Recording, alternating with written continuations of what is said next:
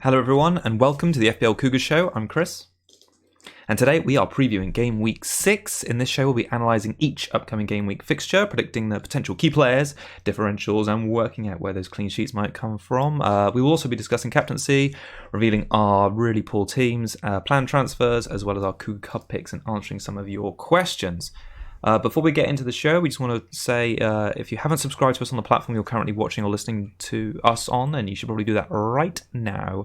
We're previewing every game week this season. It'd be great to have you with us. Now then, let's get right into the action. Kieran, I know we've got to do it sometime. Let's start now. Let's just hear about your game week and just tell the viewers what happened.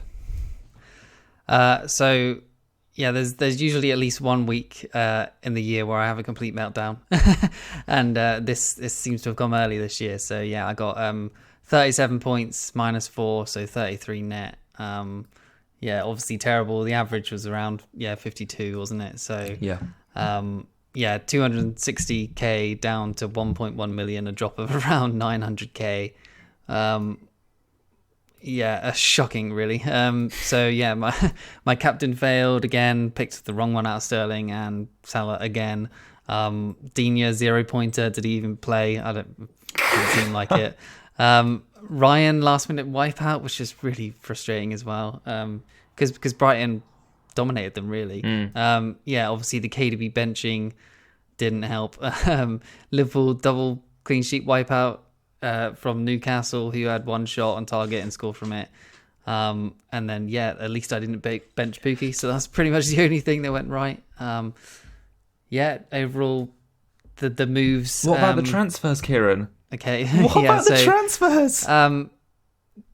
In hindsight, obviously I shouldn't have done it. So it was Mount out, who obviously scored, got quite a few bonus, I think. He got 9 points.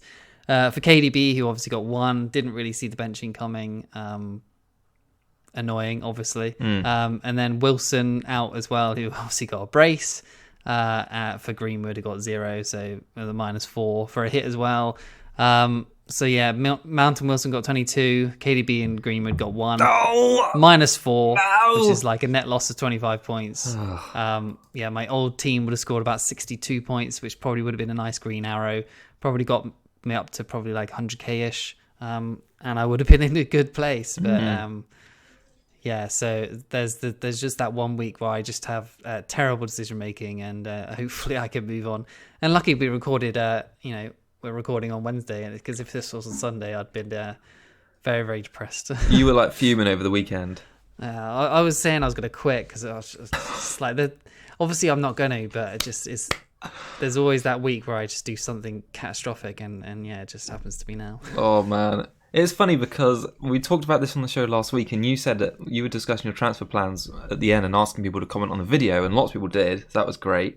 And then you posted about it on Twitter, and then you didn't actually mention to me, like the night before on the Friday, what you were planning to do. And it was only on Saturday morning, like a little bit before the deadline, you said, I've done it. I've taken the -4 and I've taken Mount and Wilson out for KDB. And you've just gone against, like, all the week you've been saying, I shouldn't do it, I should stick to the plan. And then, like, it's just that Friday night.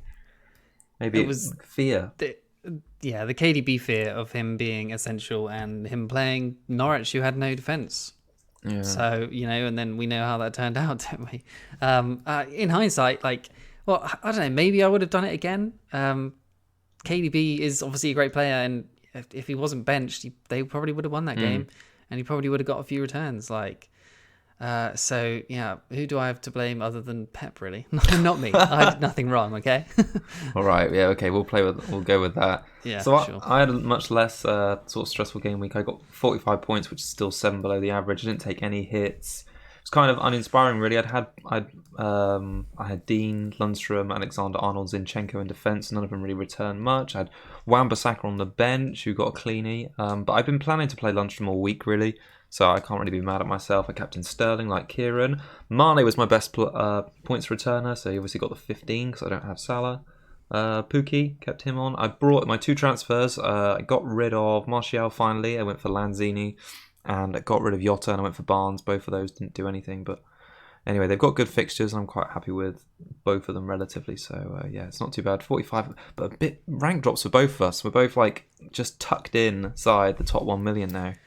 Yeah, I want to say like I've not been outside the top 1 million in at least like 3 or 4 years. I think like that's how bad that is. But there's way more players than there's ever been before, so I guess we're higher than 7 other million at the moment. Yeah. So that's something. It is something. Should we talk about someone that's done quite well then? Our Cougar Cup pick. Our mini league champion of the week. Yeah. So it was Price Stars, which is Priyank Patel, I think. I like it.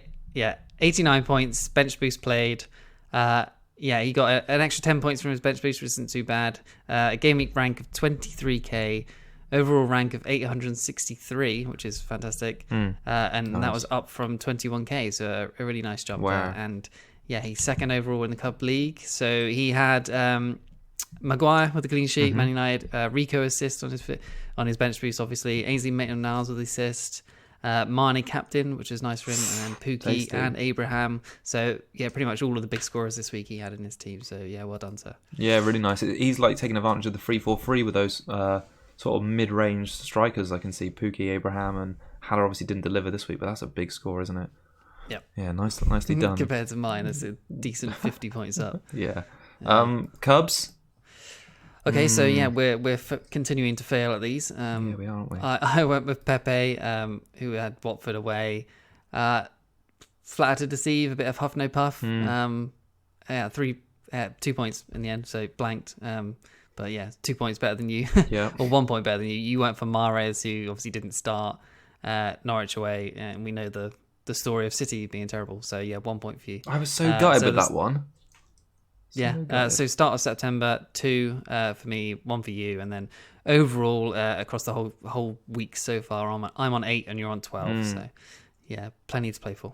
I've got a few lined up for this game week. I'm feeling kind of confident. I'm probably going to pick a striker, but we'll come on to that a bit later. See, I've got like under 3% on both of them. Whoa, those ones. So I've got risky ones, that's for sure. Mega differential. Yeah. Right, well, let's put our team's preview up on the screen for this week and start talking about the fixtures, because they start Friday night this week. Southampton against Bournemouth. It's South Coast derby. Southampton now have the top point scoring defender and goalkeeper in all of FPL in Vestergaard and Gunn. Kieran, why have we not doubled up on Southampton defence? Because it's not going to continue, is it? Their fixtures have been pretty bad, so I mean, I don't know if they can keep clean sheets in those bad fixtures, then maybe we should have got on them. But it will even out, and Trent will be top by the end of this week, I'm sure. And Vestergaard at the top is not going to last for sure. They've had the 5th worst XGC across all 5 weeks, and they've only conceded of 8.26 and only conceded 6 goals. So they're probably going to regress back to their mean of they're 2 goals conceded less than what they should be really at this point. I mean, Vestergaard, nobody really owns him, so it's not really an issue for rank, is it? So because he's 5.1 more expensive than the rest of their defenders, mostly anyway. You sound really down on Southampton, Kieran. He's top. He is, but it's just not going to last, is it? It's the Southampton defence. Like they're probably a relegation candidate, so Players wise, Adams, I thought he actually looked quite good in that game. He had two big chances to hit the post, didn't he? He's down to 5.8 million and 0.6% owned. So differential. But I think he was unlucky not to score, and he's 10th overall for amongst strikers for XG across 5 weeks, which is 1.99. And he's had 5 big chances so far. So eventually, you think he's going to slot one away, and I think that could be this weekend against a bad Bournemouth defence. So. Anyone who's had him from the start and has kept hold of him, wishing for those 2 drops as well. Yeah, I think it could be this weekend you're finally rewarded. Yeah, I think he's been quite unlucky, because whenever I've watched him in the highlights, he's looked really good. He's been like within the 6-yard box penalty area, and he's just, I don't know, maybe the luck's not gone his way, but like you say, I think exactly. He could be not a bad option at 5.8 when their fixtures get a little bit better. It's still after this Bournemouth game. They've got Tottenham and then Chelsea, haven't they, and then Wolves. So. Yeah, it's tough. It's a little bit mixed, but I do quite like the look of Adams. He could be another one that's slot into this sort of, I don't know, let's say a movement towards the front of the fantasy teams in the attack. On the Bournemouth side of things, obviously Callum Wilson, a sticking point for you, because he's now returning every game week. 2 goals last time out. is he the sort of players you look at and think, oh, want him back? I mean, I wildcarded in game week. What was it now? Game week 2 or game week 3, and he was one of the players I've got out, and just sort of watch him continue form or keep returning. It's a bit of a kick in the teeth, really. Only 6 shots though this season, so and 4 big chances, of which he's scored those 2 goals. But yeah, he's got some fixtures.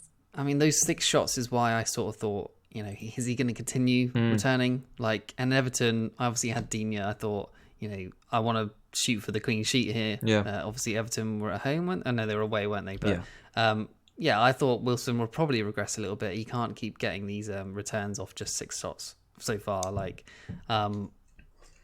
the same time, he was returning. He's a differential at under 10%. And I was saying to most people on Twitter and on the videos that I wanted to keep him for the season. But I bowed into the fear of KDB, and I might just think about getting him back on the wild card. But which I think I plan to play over the international break at game week 8, so go into game week 9 with the wild card. So that's my plan now. Okay. I think. Yeah, because Bournemouth do still have some nice fixtures. I think if you've got Wilson still, they got Southampton, West Ham, Norwich, and Watford in the next 4. Their tough away game is against Arsenal. I think that's in game week. Is that in game week 8? Maybe. I think it might be. Something like that. I think it's around there. So they got 2 sort of good fixtures either side of that in the next 5. I quite like the look of. I mean, Rico picked up that assist. He's still 4 million. He may rise this week. So if you're one of the many people who are sort of getting fed up with the clean sheets not coming in from one of your more premium defensive assets, I think Rico looks good. He seems to be playing wide, sometimes in almost like a 3-5-2 sort of wing back role, then just a wide full back for Bournemouth. You got the assist last time out. It's just Bournemouth's sort of defensive record. I think he's someone you're just going to put on your bench, and he's maybe going to come in for a home game. But, I'd be unsure if he keeps his place as well. He's definitely not nailed on, so I think it's definitely risky. Yeah. I think there's going to be goals in this game, though. I think it was 3-3 last season at St Mary's, and Bournemouth, there's been over 2.5 goals in the last 5 away games. I think there could be more returns for Callum Wilson in this one, and maybe Josh King got double digits. I hope not, but someone I've got in my eye on as well is Gineppo. Oh yeah.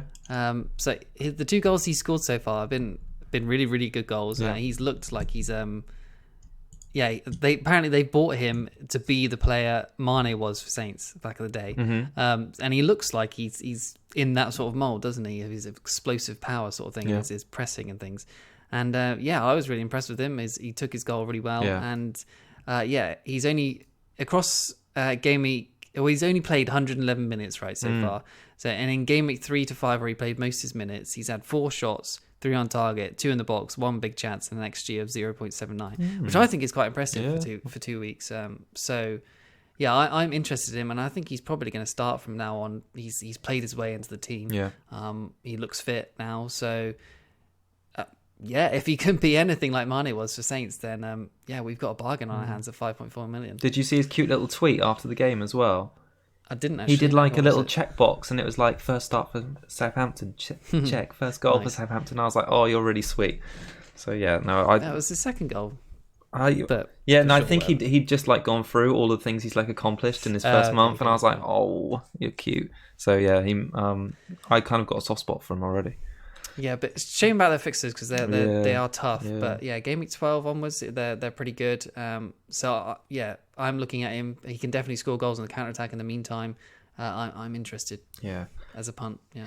Now then, starting is it the mid-morning game on Saturday? Spurs against Leicester. Leicester against Spurs. Probably is. I think it is. Yeah, and I think it's sort of Son coming off the back of that electric sort of form he showed last time out against Crystal Palace. I think it was 5 shots against Palace, 4 of them in the box. By comparison, Kane only had 1 shot and that was from outside the box. So, I mean, Son looks like he's going to step back up into that mould of being sort of the main source of attacking points in this Spurs side. What do you think of his performance at the weekend? Yeah, he looked good. He was another one I was looking at with the possible wild card last week. And he goes on runs, doesn't he? And you kind of need to get on him as soon as you can, because then he'll start to temper off, I suppose. But I think hopefully I can wait a few weeks and get him on the wild card in game 8/9. hopefully he's still on his run. But I think he'll probably be mainly nailed on in the league because he's been rested for tonight in the Champions League. So yeah, anyone that's got him should be looking forward to some returns or continuing to return. Yeah, that is good news that he's rested tonight. I mean, it's crazy how much Kane is just falling. Like his appeal is just disintegrating for me. So 4 goals to get 1 assist. I read some crazy stat that was it Henderson and Sheffield United had a higher XG in game week 5 than Kane did. Yeah, that's mad. His was like 0.03 or something, or 0.01 or something in a 4-0 win. He's playing DM, isn't he? Yeah, I think Aurier was someone who popped up as an interesting sort of fantasy option after the Spurs game because, I mean, he obviously got 2 assists, which are going to bring him into the limelight for all of us, but it coincided with Spurs' first clean sheet, his first start. He's 4.9 million. He's dropped. Kyle Walker-Peters, I would imagine, is fairly displaced after that performance. Is he someone, especially with the next 4, if you're looking for a differential, Leicester, Southampton, Brighton, Watford, next 4 for Spurs? I think not a bad price and good fixtures. I'm tempted, but he didn't go on the flight to Greece for Champions League today, so I don't know if that's another flare-up of an injury or something. So yeah, I think it'll be risky to take him. I haven't heard news injury-wise, but the fact that he hasn't gone on that trip, which I don't, why would he not? Yeah. So yeah, that's a flag for me. Okay. But I do like him, and he looked good in that game. So, and their fixtures are very good. They did. So I think it's a difficult game away at Leicester. I thought Leicester have been defending quite well this season. I think they're second best for expected goals conceded still this season, I think. Yeah. 4.72 across the 5 weeks. So yeah, very good for them. What do you like about them? Anything attacking wise at the moment for Leicester? Because they've been touted as like this great attacking force, but haven't really seen it in maybe in that home game against Bournemouth, but. A lot of teams do that. Yeah, they're 16th of all teams for expected goals across 5 weeks, and 5-3-8, and they've scored 6. They're actually overperforming what they're expected across the first 5 weeks. Which, for that forward line of Vardy, Tielemans, Perez has obviously been terrible and been benched. Yeah, and, he's 6'1" now, Kieran. He's a bargain. Stuff. Yeah, Maddison as well. Gray, Albrighton. They've got a great squad and great attacking line, and they're just not putting any points in. But their fixtures are great from this week coming up, and obviously they got Liverpool away in week 8. But apart from that, their fixtures are really, really good. They only play one top 6 side for 9 weeks, so I think you're probably going to want Maddison, maybe Vardy. Vardy's a differential. I mean, are they going to turn around the goals? I'm not sure, because they usually like playing tough teams, don't they, on the counter-attack? So are they going to dominate bad teams? I'm not really sure, to be honest. I think that home game against Burnley, well, and really the home game against Newcastle, which is game week after this one, and then 2 game weeks after the next one, if that makes sense. They're sort of like the ones we're going to be looking at really crucially to see, because those to me are sort of games like Bournemouth where you could expect them to explode and score 2 or 3 goals against a supposedly, in inverted commas, weaker defence. But until I sort of see it in one of those games, I'm really reluctant to spend that money on Vardy or even Maddison, really. I know he's only 7.5, but I want some goals at that price. Yeah, I mean, that's why I think I want to look at them over the next few, and then possibly get on Vardy on the wild card in week 9. But in the meantime, I think Sioncho is still a great bargain. 4.6 million, 4.5% owned. He's obviously gone up once, but that's because their fixtures are turning and he looks good, and they've got the second best XGC. So why not? With their fixtures looking good, they're going to keep some clean sheets, and I don't really see any reason to spend any more on Chilwell or Pereira at this point, because he's just, I mean, bargain. All right. Should we move on to Burnley against Norwich? Cool. All right. Well, strange one this, because I kind of want it to be a goal fest with Pookie and Barnes in my team up front, but I'm not really sure if it is. I have a feeling it's going to be one of these ones where Burnley have, I don't know, a more of a defensive output, and it could be like a 1-0 win. I fancy them to sort of like restrict Norwich. What do you think about this game? I don't know if Norwich are going to be a team that just pour away from home, possibly. Because obviously they were pretty bad against West Ham, weren't they? Yeah. So obviously I've got Pookie and I've got Cantwell starting from probably for the next 3 or 4 weeks until my wild card. obviously they've got good fixtures, Norwich, and it's probably going to be the time that Campbell and Pookie stop returning when I start playing them. But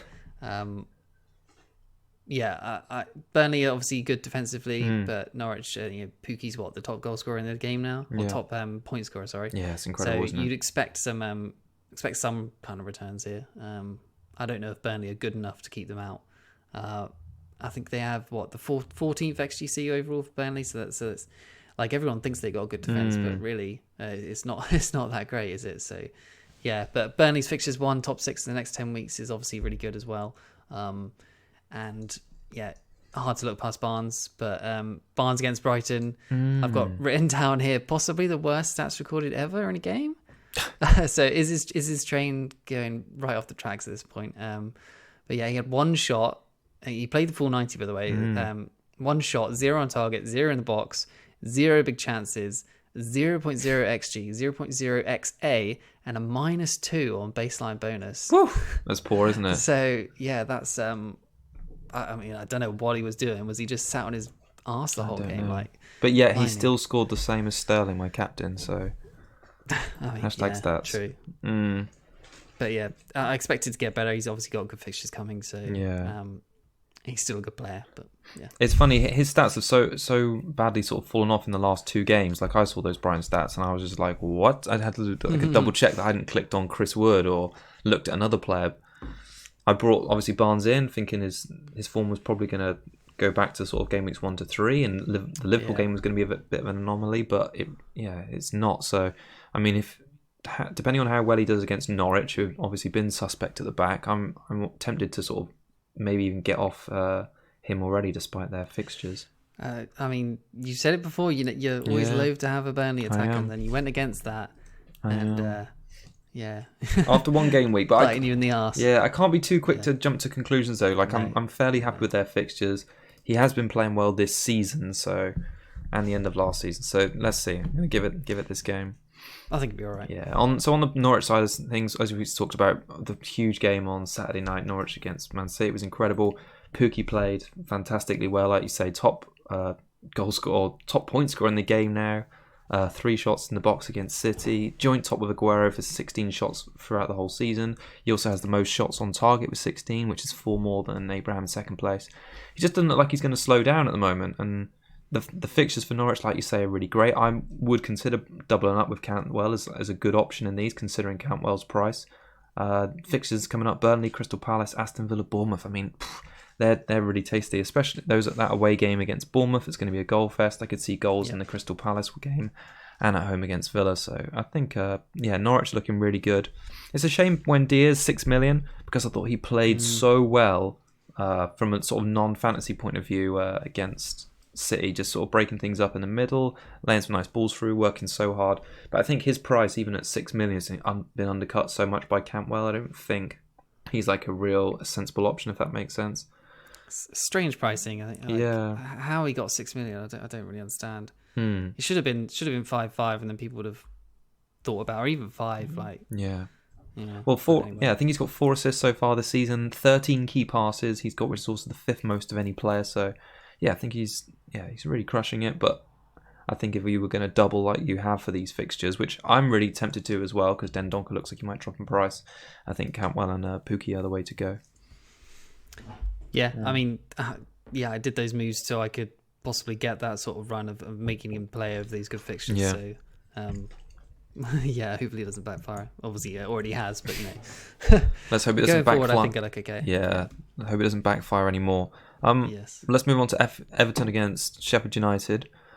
What do you want to say about Dean? Because there's been a lot of talk about whether he's sort of overpriced as a defender, and people sort of losing patience with him because he got a blank. But I think, and literally did blank 0 points. I think it's a tendency to overreact when it comes to a defender like that. Like sometimes a mid-table team or a top 8 table team, let's say, can concede 2 goals and the defender can get a yellow card. That's not uncommon. So we will see games, I think, where Dean gets a 0 point, and there might be a game where we see him get a 10 point with an assist and some bonus. So I think he's like a mixed scorer, but yeah, are you feeling any particular way on Dean at the moment? Are you happy to have him? Yeah, he's a season keeper in my opinion. You just got to ride it out with him. We saw it last season. He's going to get terrible zeros, and then we've already seen this season he's going to get highs of 15s, 16s, and so on. So I think out of him, all the premium defenders, obviously TAA is way ahead in chances created, but Dina's second, and he's decently ahead of the person in third. Yeah. So and he's getting more chances created than most of the sort of the 6 million, the 6.5 million mids. So if he's got clean sheets in it as well, which obviously they've got 2 already this season, there's probably going to be more down the line because they've still got good fixtures. I'm keeping hold. I think 2 premium with TAA is about right, the right sort of balance for me. I'm keeping him, and I would advise other people to keep him, to be honest.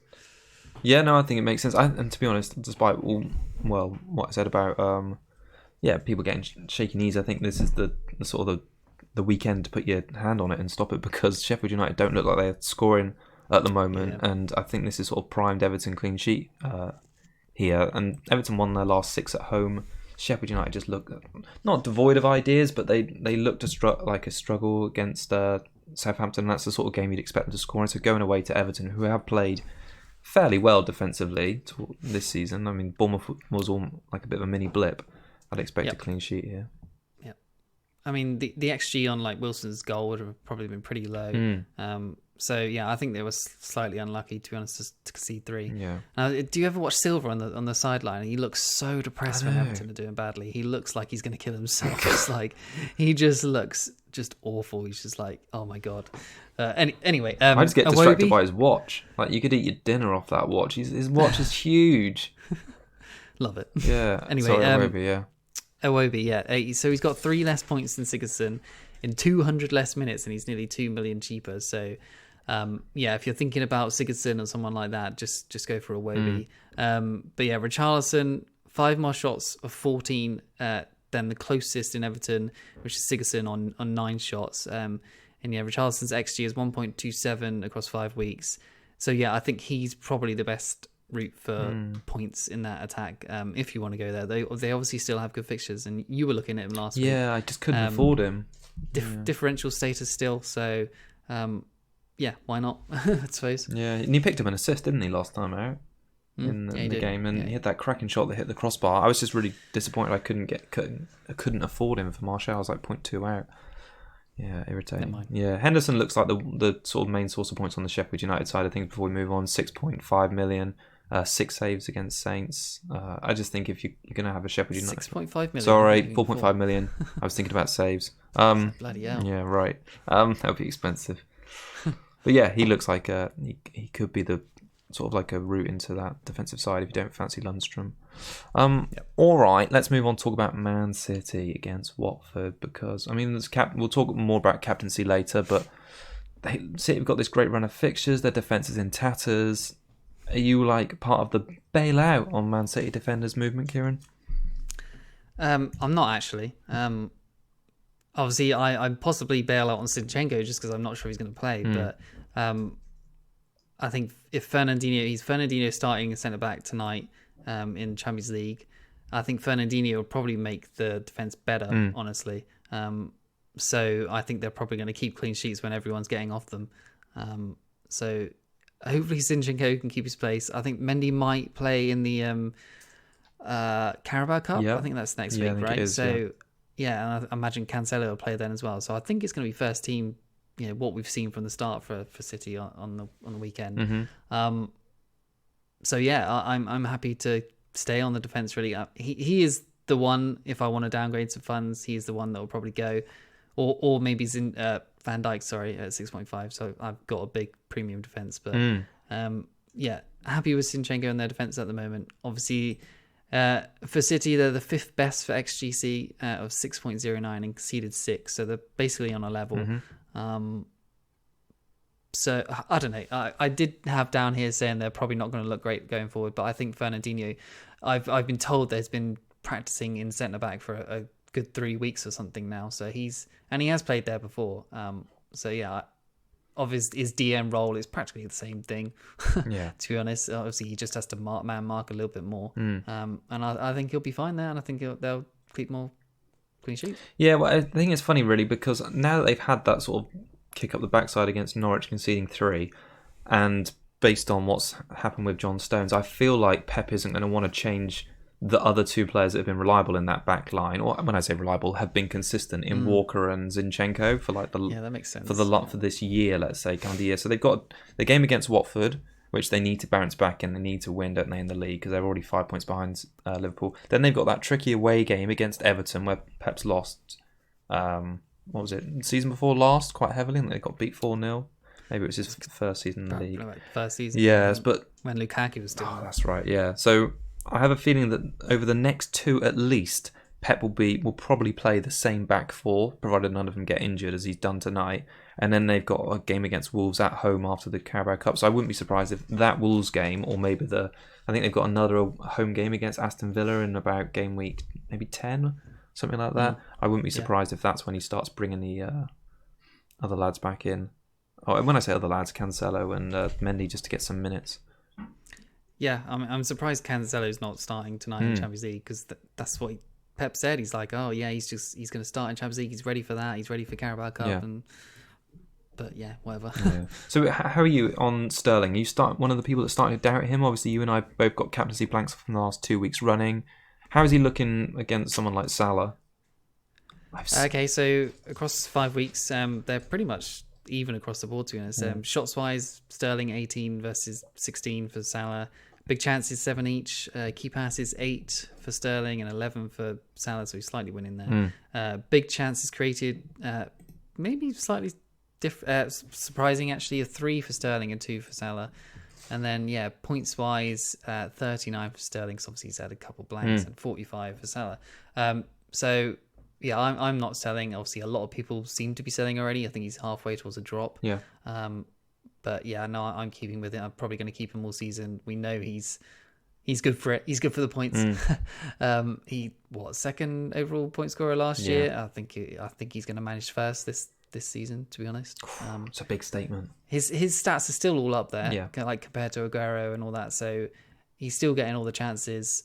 And he's just been unlucky. He hit the post or something, didn't he, last week? And I think he had a header like that was crossed, saved off the line or saved on the line. So yeah, I fancy him. Third time lucky. He's my captain for now. Yeah. Well, if it's Aguero who's been sort of like not really a surprise package because we know what he's done, but the consistency this season has been incredible. Like returns in every game week, second top points scorer in FPL, and it is tempting because he 0.5 million less than Sterling. So my mind keeps thinking, oh, I can save that 5 million upgrade somewhere else. But I just feel like doing that, I'm going to just end up switching back and forth between the two. Like there's no way Aguero gets more minutes than Sterling this season because there's more competition for his place. Sterling's crucial to that side. He can play in Aguero's position, he can play wide, whereas Aguero can really only play centre forward. So I feel like over the course of the season, especially with that additional point for the goal on clean sheet, Sterling is going to outscore Aguero, but at the moment it's just like holding fire and just be prepared to live with Aguero getting points as well. And I think KDB wise, who obviously I took it for, I think he's probably going to play the rest of the game, so I don't think Pep's going to take that chance of rotating him again. No. Maybe he will after the next international break if KDB spends plays all the minutes and that as well, just to kind of keep him injury free. But I think KDB will be nailed on for the foreseeable. Yeah, I think. On the Watford side of things, I don't really see much going for them in this game. They've got a terrible record away at the Etihad. I think they've conceded 12 goals in the last 3 games there, and they got pumped 6-0 last season. So, yeah, I'm not feeling very good about Watford at the moment. Their fixtures do turn slightly after this one. They've got a relegation battle against Wolves game week after this, and they've got home games against Sheffield United and Bournemouth sort of in the next 5. So depending on how Flores gets on, be interesting to watch them in this game. I actually thought De La Veo, after all the faff at the start of the season of him sort of being in and out the side, he looked really strong against Arsenal. He did. 8 key passes, 1 big chance created, 7 shots. I mean, probably like my dog could have had like 7 shots in that game against Arsenal because they were atrocious second half. Did you see how many shots they conceded total? It was like It was- 30, yeah, it was. wasn't it? Yeah, that's right. I think it's like 35 and like 23 were in the Yeah. second half. It was abysmal. Which, against Watford, that sounds mental. It's crazy, isn't it? Like, It's crazy. but I said about Delafeu, I said at some point he's going to be value this season, and yeah, it looks like it's turning around. It's going to be that time sometime soon. Yeah. No, I think he's one to watch for sure. But in this game, I really can't see much for Watford, which is why I'm sort of backing City. Plus, I think that City, looking back at their clean sheet prospects, they've kept 6 clean sheets in their last 8 home games. I mean, people like getting really upset. I say people. I'm looking at sort of like the Twitter community and people commenting on videos and whatnot. Should we get rid of City players? I think hold fire. They kept a clean sheet last time out at home against Brighton. That was like 1 game week ago. Yeah, I mean, we need to see how they do tonight as well. Yeah. But even if they do lose, you'd imagine they're ready to bounce back and destroy Watford. So Yeah. Either way is good, I think, for them. Either result is worrying for Watford anyway. My advice would be don't panic. Don't panic. Yeah. All right, Newcastle against Brighton's another 3 o'clock fixture, I think it is, on Saturday. What do you think of Newcastle out against Liverpool? Always going to be a tough fixture, but a cracking goal, wasn't it? Yeah, good goal, but one that really annoyed me, obviously. Yeah, they had that one shot on target and they scored from it, and another frustrating Liverpool double clean sheet gone. But yeah, a decent goal. Yeah, they didn't really create anything much else.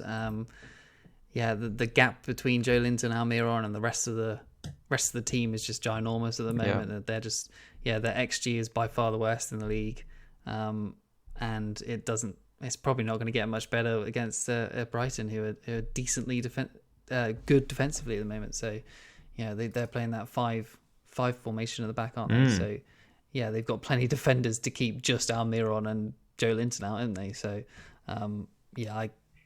clean sheet for Brighton, probably. Yeah, I think it could be I'm really looking forward to watching Brighton in this one, actually. Like, I was so gutted. People who watched the show last week will know that I was tempted to take Martial out, and Trossard was sort of my top pick at the start of the week, and then it ended up being Lanzini, but Trossard was sort of ruled out of an injury, and then Richarlison I couldn't afford. But I just think they played so well against Burnley at home. They just limited Burnley so much, and to not come away with the clean sheet's got to be quite gutting for them. But I really like how they're playing football this season under Potter, and I think, I think they've got a good chance of keeping a clean sheet, like you say, in this one. Ryan made 0 saves in that game, so and then to lose the clean sheet, because obviously he's basically got no chance at save points at the moment, looks like, and then to lose the clean sheet was gutting. Yeah, I wonder if that's like a trend that you'll see happening more often with Brighton now this season. Like, they're so well drilled defensively.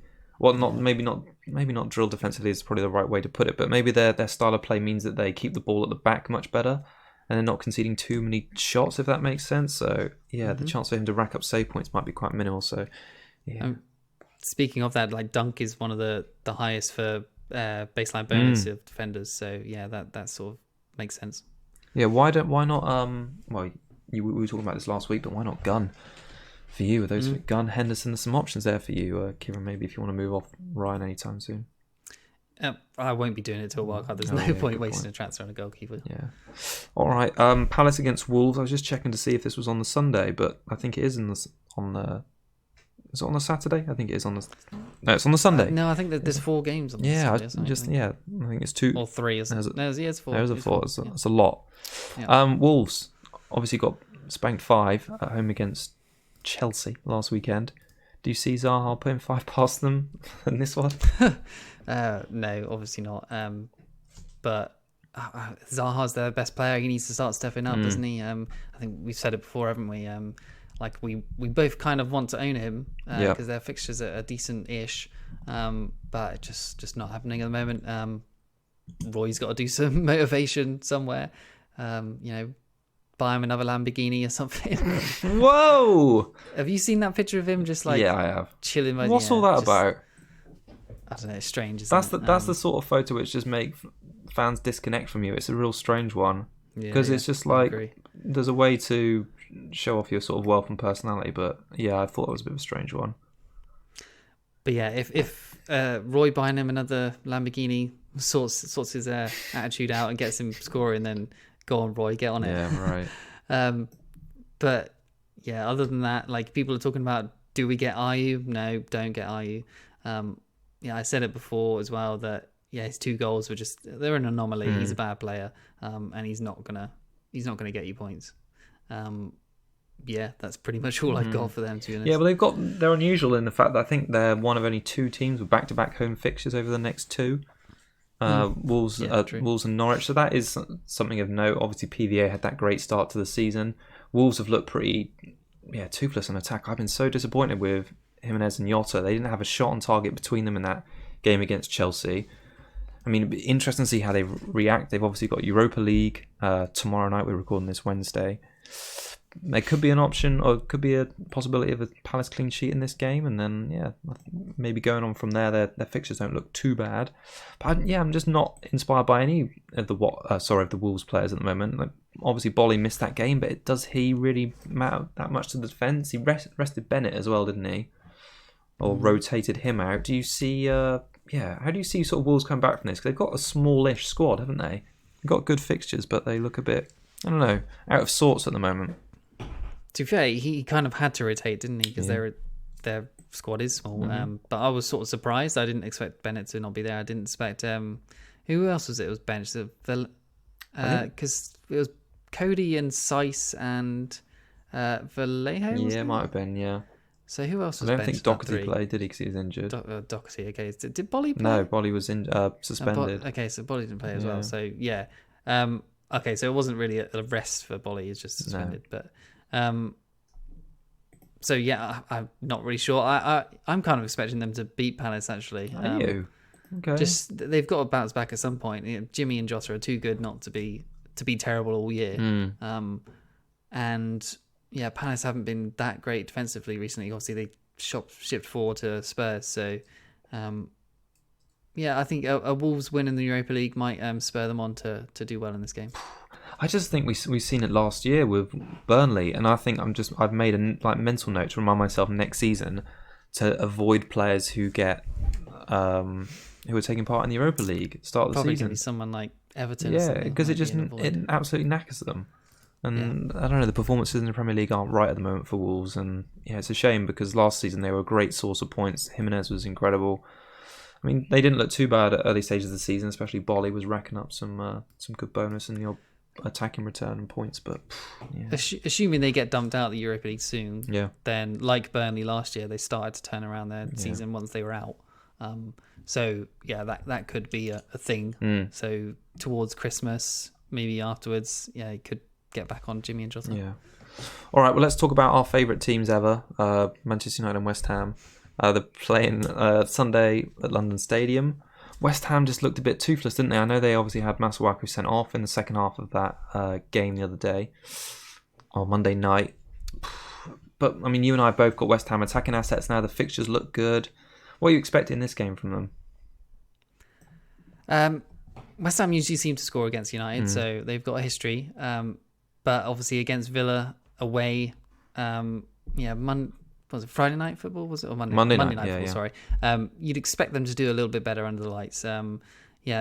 Against Villa, Haller had an XG of 0-0, an XA of 0-1. Lanzini had an XG of 0-0. Anderson had an XG of 0-0. So all their creative players are doing absolutely nothing basically in that game. They had lots of possession and just no chance of goals apparently. Toothless, like you said. Am I worried about it? Yes. But their fixtures are still good. Haller looks like he might be one of those sort of flat track bully players. Obviously, he didn't do it against Villa, but I wouldn't be surprised if Haller gets sort of a headed tap in over Lindelof's head or something this week.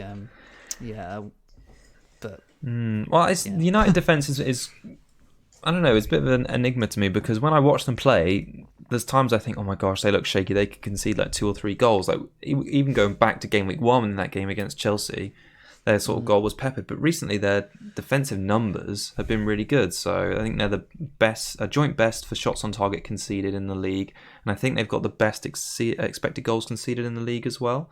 Now racked up 2 clean sheets so far this season, which I think is more than Liverpool now. I mean, Liverpool have only got 1. You were talking last week about how Maguire was a potentially a better pick because he had better numbers than Van Dijk. But their fixtures are a little bit of a turn. So I'm sitting on Wan-Bissaka. I'm probably going to play him this week, which isn't the best sort of playing Wan-Bissaka against Lanzini.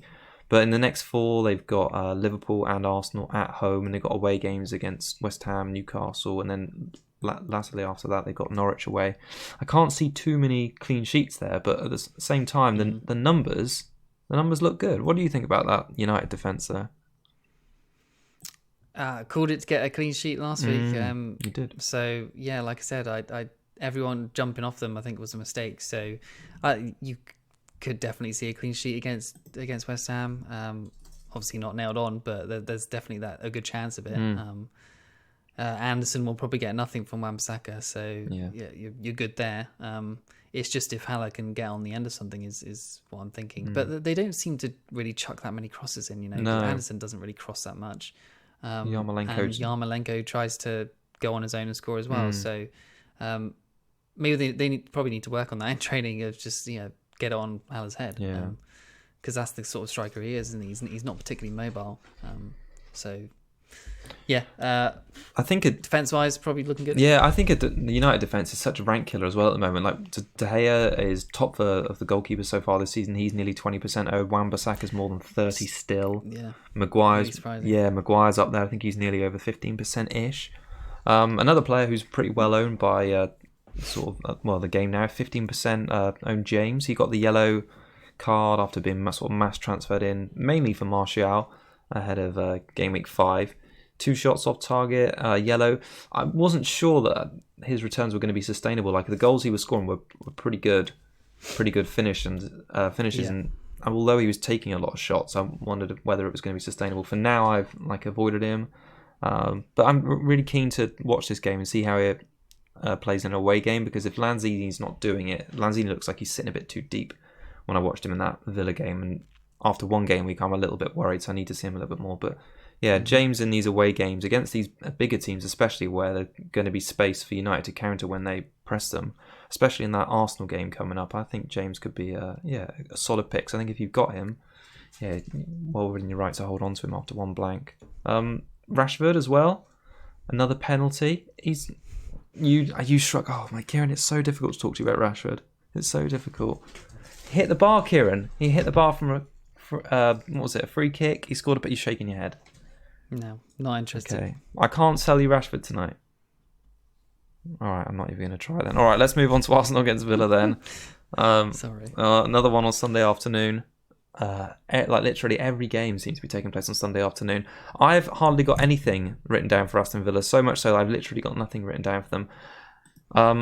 But watching their game the other night, they actually did play quite well, I thought, in defensively anyway. Mings, apart from headbutting his own teammate or clashing heads with him, looked quite solid at the back.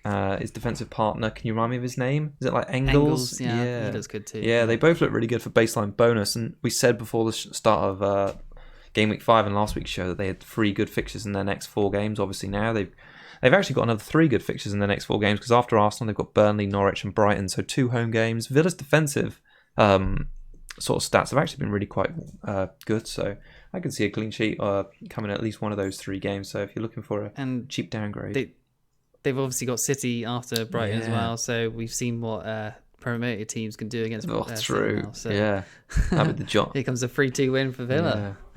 John McGinn hat-trick. But no, I really liked the look and how basically they were racking up BPS, baseline bonus points, against West Ham, just passing around at the back, interceptions, blocks. So yeah, Mings and Engels could be really good options over the next sort of 3 to 4 game weeks. To be honest, that clean sheet for them was actually did hurt the rank quite a lot, actually, because a lot of people seem to own Heaton still. That was another nail in the coffin on Monday. But yeah, Arsenal-wise, their fixtures are obviously fantastic now. Aston Villa, Man United away is not great, but they can still definitely score in that game. Bournemouth at home, Sheffield United away, Crystal Palace at home, and then Wolves at home.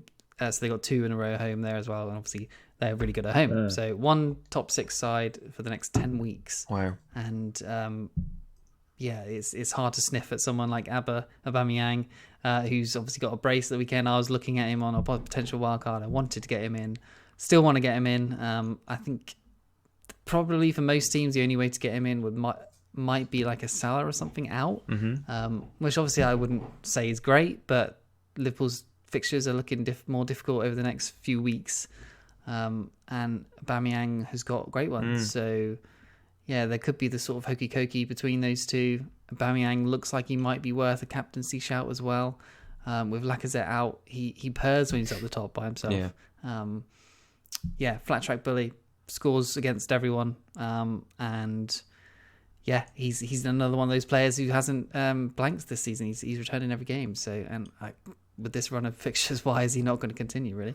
Yeah, I was looking at ways of just when he's got that brace against Watford, like how can I reshape my team? And it would mean getting rid of one of the midfield sort of premium players, but yeah, when he plays through the middle, he looks so dangerous. And like you say, now that Lacazette's out, I think he's going to be the main source of points in that Arsenal team. I was a little bit disappointed with Pepe against Watford. He just, like you say, looked like he was on the edge of things, and I was worried going into it with you as when you had him as your Cougar Cub pick, considering Mahrez had already got that 1 pointer. So it's a strange one. I want him to come good because I've watched him and gone, oh my god, the stuff he does is so cool.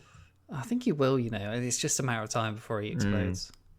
Yeah, it could be in that. I'm thinking it's probably going to be in that Bournemouth game. In 3 game weeks' time at home, we'll start to see. Do you not think at home to Aston Villa you can do something? Nah. Well, like I was saying just a minute ago with Aston Villa's defence, I think they're going to put up a stern showing. I could see Arsenal maybe scoring 1-2 maximum goals in that game. Oh, I don't know. Arsenal are so good at home sometimes, so I think it could be a 3-4 nil. Okay, all right. I think it's well, maybe not nil because Arsenal can't defend. So I think it's going to be tight, but let's see. Okay. All right, the final game of the game week, the hashtag big one, Chelsea against Liverpool, live from Stamford Bridge. Chelsea look like they're going to be without Mason Mount. Kieran, we need the injury update from you. What injury update have you got for us? Well, I think he had it was an MRI scan or something like that, or an X-ray or something, where he didn't have ligament damage. So, yeah, owners, good news. I think probably going to miss the Liverpool game still. Probably needs a few, I don't know, a week maybe, just until the next week for the swelling to go down and everything to be fine, to be able to be training again. So yeah, if you've got him, I would suggest keeping unless you've got something really decent in line. But James I think is someone around that price who actually has a yellow flag as well at the moment, a bit of a knock. So there isn't really much downwards or around him to go for, and there's a big price hike to go to someone like Son or KDB as well. So I think if you've got him, probably keep him for the time being. Because he looks good, doesn't he? He looks as a big part of that attack. I probably shouldn't have sold him. He looked like he was going to blank for all intents and purposes, but obviously the last minute took his goal well. And got those 2 bonus. And bonus, yeah. So, yeah, whenever he does anything, he seems to get bonus as well. So he's good on that. He's possibly a season keeper if you have him. Yeah, Lampard was really glowing in his praise about him after the game last night. I think I read that he said Mount was just how important he was, and it was gutting to lose him early on. Maybe Chelsea don't go on to lose that game if he stays on the pitch, because he's been that important for them. Yep, and Barkley obviously did a Barkley and screwed up that penalty. After William was trying to take it off him, Jorginho's on the pitch. Just classic Barkley of being terrible. I thought William was a bit of a prick though. Well, yeah, but William does take penalties when he's on the pitch sometimes. So, did Barkley even start that game? No, he didn't. Lamp said that after the game that Barkley is the designated penalty taker when he's on the pitch. Really? Yeah. Wow. So it should have been him, but I don't know. William was trying to get in his head and just pulling up his socks. But okay, yeah, that's strange then. Even still, it's not good. Yeah. So Abraham obviously hot on everyone's tongues at the moment. Yeah, I like him a lot. 7.3 million, 22% owned now, which is that's rocketing. A bandwagon just like Pookie was to start with. He's obviously only faced kind of bad teams so far. Yeah. He's got 7 goals. His XG is 2.82, so he's well outperforming that. Is he going to regress? Probably, but he's going to continue to play bad teams because their fixtures are great. Obviously, they got Liverpool this weekend, which obviously isn't good for them. But after that, I'd imagine he's going to continue scoring. Maybe not at the rate he is now, but he's probably going to tick along. He's had 15 shots so far across 5 weeks, 8 on target, 13 in the box, and 13 in the box is really good. It's reassuring. And last night against Valencia, who is a good team, he had 5 shots, 1 on target, 1 off target, and 3 blocked, and 1 key pass, 1 big chance missed. And to be fair, that's pretty good, to be honest, against a good team. I think he's probably unlucky. So his chances of goals against Liverpool is not out the window. I can't wait to watch this game just to see how Mount sort of stacks. How Abraham stacks up against that Liverpool defence, because Liverpool's defence hasn't been perfect this season, and Chelsea's attack has been quite relentless at times. So I think it could be a really good game on Sunday afternoon. Liverpool's obviously Premier League record has been incredible. So they've won their last 14 now, and 14 actually used to be a Premier League record. Like, stood for ages. Arsenal once won 14 games in a row, and it was years and years. But now City have done it twice recently, so it's sort of like a bit less special. But yeah, 14 is incredible, and they've scored at least 2 goals in that time. So I mean, incredible numbers. Mane and Salah, we talk about them every week because you and I have obviously got different ones. Mane's now outscored Salah in the last 2, and he seems to have outscored him as well in away games so far this season. I think Salah's got 9 and Mane's got 21. I think 23 points. But I mean, even when you watch the highlights, there's so little to sort of put between them. They both look like they could just return so big every week. And even watching the Napoli game last night, there's times when they can just lay each other in, they don't, or they make the wrong decision, have a bad shot. I think they're both going to end up scoring quite similarly this season. I think with Salah, you're paying that little bit more for a little bit more captaincy security, and you've got the sort of the weight of the ownership behind it there. And penalties. True, when Milner's not on. I think he's had, in that game against Newcastle, he had 4 shots in the box, Mane, to Salah's 3. So it shows he's getting in the right positions. I think last night he had more better chances than Salah did as well, but it's going to change every game. I thought Firmino looks like he's been a bit of a constant in that attack. We've talked about him every week. Classy again, nice assist for Salah's goal. I had a look at his shots because it felt to me like watching the Napoli game last night, he was taking a lot more compared to what he was doing last week, less of an assist role. So he's had more shots than both Salah and Mane so far this season. So he's had 19, Salah's on 16 and Mane's on 11. He's had 13 shots in the box, which is the same as Salah, and 3 more than Mane. So the numbers show that he is having more of an attacking influence on the games. That just, whether those points come in, he obviously not getting that extra one for the goals and any potential clean sheets. But I quite like Firmino this season. Yeah, with Origi picking up that knock as well, I think he's nailed on for nailed. There's no one else that can play that at all, like no one. So he's nailed on, and with him possibly looking better, then great. Low owned by percent as well. So but like I said to you last night, like it's strange just owning him. You know, if you're just going to own him compared to Mane and Salah, you're always going to be worried that one of those two are going to go massive. Yeah. But he's usually one of the guys that's assisting the one that goes massive. So it might be a case of Firmino plus Mane or Salah eventually. Yeah, I like to see it. I sort of consider him a little bit similar to Kevin De Bruyne in that sort of both 9-5, weren't they, at the start of the season? And sort of their bread and butter is assists for the other players in their team. Yeah. He's probably got slightly more goal threat than KDB, but it's just the fact that he gets that point less for, like I say, goals on clean sheets. So it sort of detracts his, appeal, really. Yeah, I mean, game week 9, where I'm looking at wildcarding, they've got United away, and then they've got Tottenham at home after that. But then after that, they've got one top 6 for about, I think it's about 10 weeks there. Game week 11 to game week 21. So, that's 10 weeks of one top 6 after from game week 11. So, good time to double up on the attack. Yeah. Have you got any more to add on that final fixture of the game week? No, I think we're good. Do you want to predict a score in that one? See, I think they'll be a clean sheet for Liverpool, strangely. And Chelsea defence looks bad, so 2-0 Liverpool. Okay. Well, it was 1-1 last season, wasn't it, with that sort of 1 goal by Hazard and then 1 goal by Sturridge. I think it's going to be, I'm going to say 2-1 Liverpool. I think they're going to pick up a nice away win here. All right, Kieran, let's talk about captaincy a little bit. Yeah, Sterling for me. Like I said, third time lucky. I don't really have anyone else I can captain this week, so yeah, simple as that. Oh, very nice. Well, we're going to be doing a new video later in the week on our FPL Cougars YouTube channel, looking at the sort of numbers behind the captaincy options this week. But I think sort of taking the fixtures into consideration, it is a bit of a risk to captain a Liverpool player despite their great sort of run of results and the amount of goals they score. So like you, I'm looking at Man City. Arsenal would be strongly in my consideration, namely Aubameyang if I had him in my team. I think he looks like a really good option. But I'm going to stick it on Sterling.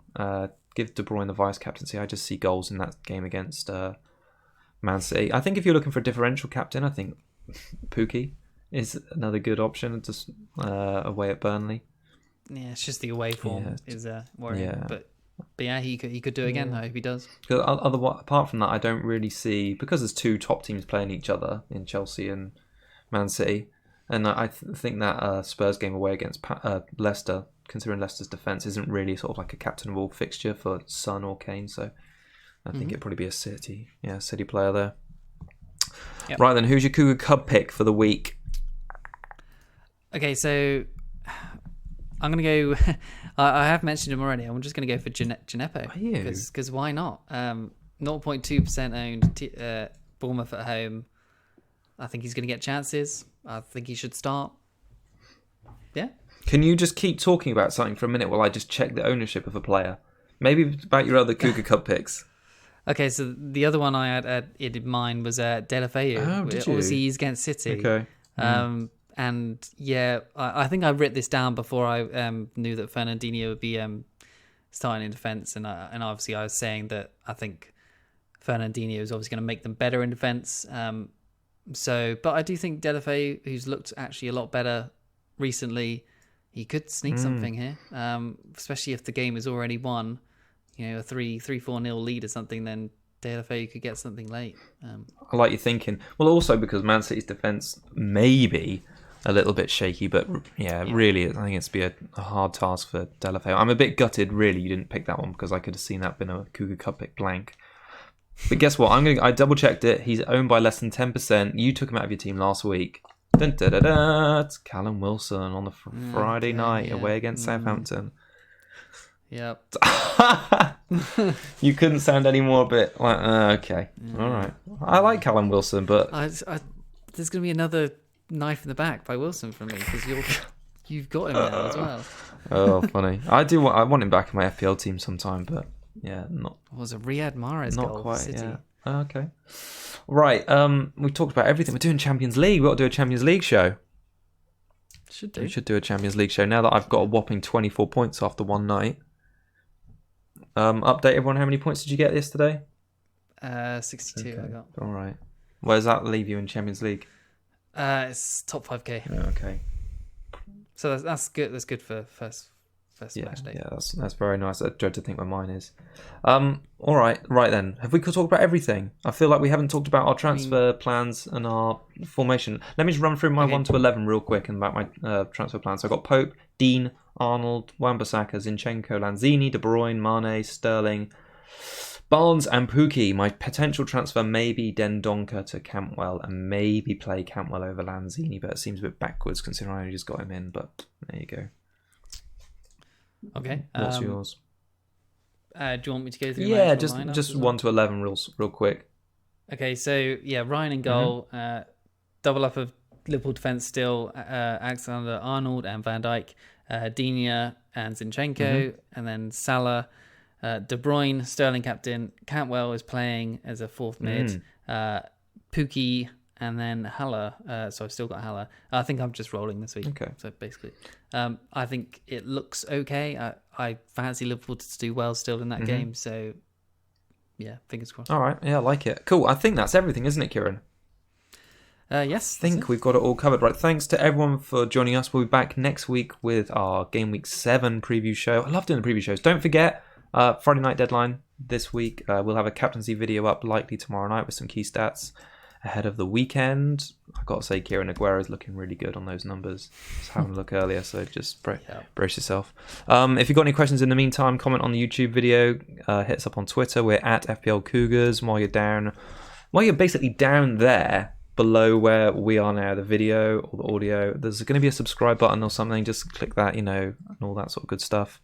Cool. So until next week, it's goodbye from me. Cheers and good luck, everyone. Bye, everyone.